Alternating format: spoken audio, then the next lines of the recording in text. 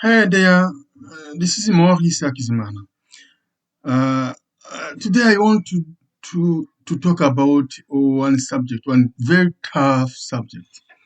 So the title is Were Ancient Egyptians White or Black? Someone told me that ancient Egyptians were all black. He even went far to affirm that even ancient Israelites themselves were black. And he asked me to confirm his assertion. My say is simple. All today's humankind has a threefold division. All three big families of the earth are all from one man, one family, Noah's, according to the book of the Bible, as it was even confirmed by well-reputed scholars. You can read yourself the book, The Historical Evidences of the Truth of the Scriptures Records by J. by G. Lawrenson, published in 1862 on pages 287. The threefold division is the Japhetics, the Hamitics, and the Semitics.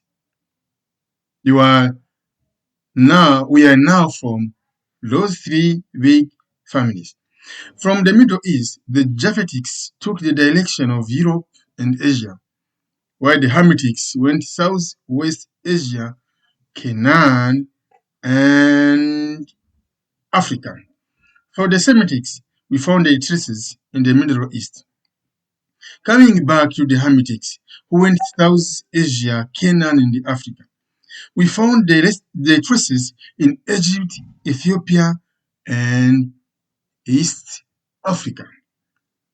Before I say what I think about today's Egyptians today, or even today's races and ethnicities in comparison with the ancient ones, let me share this thought from Sufi alchemy that I respect fully.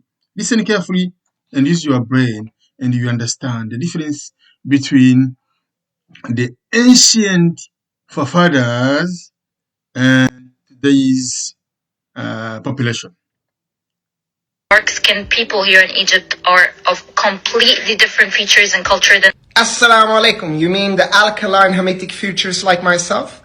My skin color, my nose, my small lips, etc.? Sure, maybe the New Kingdom and the Ptolemaic period pharaohs would look like me, such as Ramses III. But I'm mixed. It doesn't say anything about my forefathers. My forefathers are dark-skinned Fulani. And so was the forefathers of Ramses III and these New Kingdom pharaohs, who were exposed to a lot of invasions and trades and immigrations from Europe and other parts of the world. So your argument is essentially like saying, I am brown, I have alkaline features, therefore my great-grandfather was also brown with alkaline Hamitic features. No, he wasn't. It's because my mother is white. So essentially you deny the Old Kingdom and Middle Kingdom pharaohs, which had typical African features, and that is the part of what you say which may be interpreted as a little bit racist. Then you go about comparing modern Egyptian identity and modern Nubian identity with ancient Kemet. That's completely invalid because we don't care about modern Egypt in terms of identities. We care about the ancient Kemites 3,000 years ago. You know, it's 3,000 years. Things have happened that time, right? I mean, you wear a hijab, you're maybe a Muslim, huh?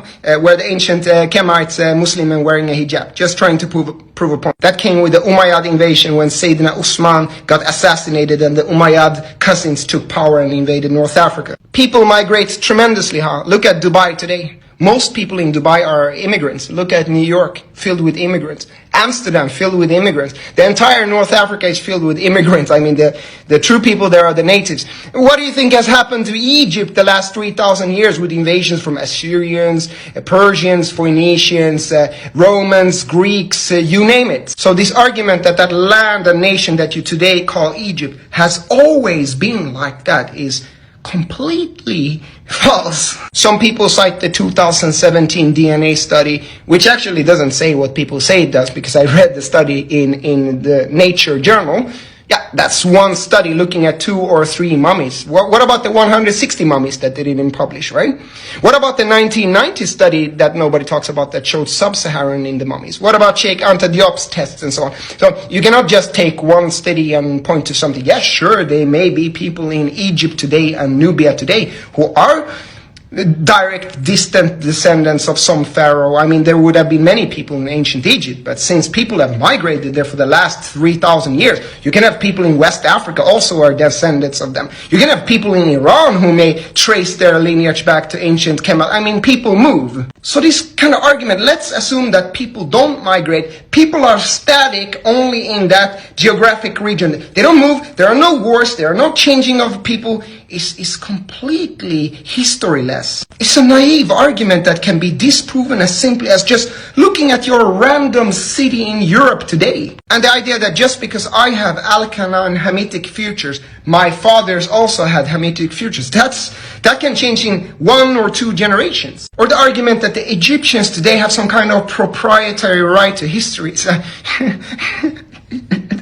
I don't know what to say. It's ego, all I can say. Black doesn't mean you are 300,000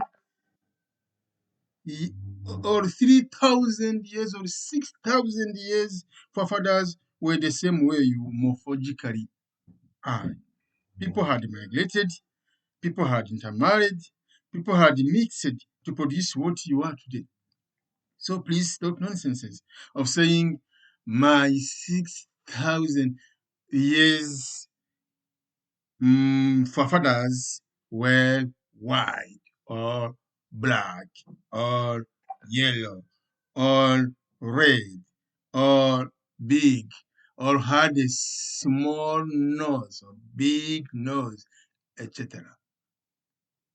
So there is no interest, dear friends, of affirming the color of your 3,000 years ago forefathers. It was just a matter of, if it was just a matter of 100 years or 500 years or even less than 1,000 years, I wouldn't debate. We are all from one man. We are all the same. Though we look different, though we had different origins, but at the end of the day, we are all humankind. Thank you.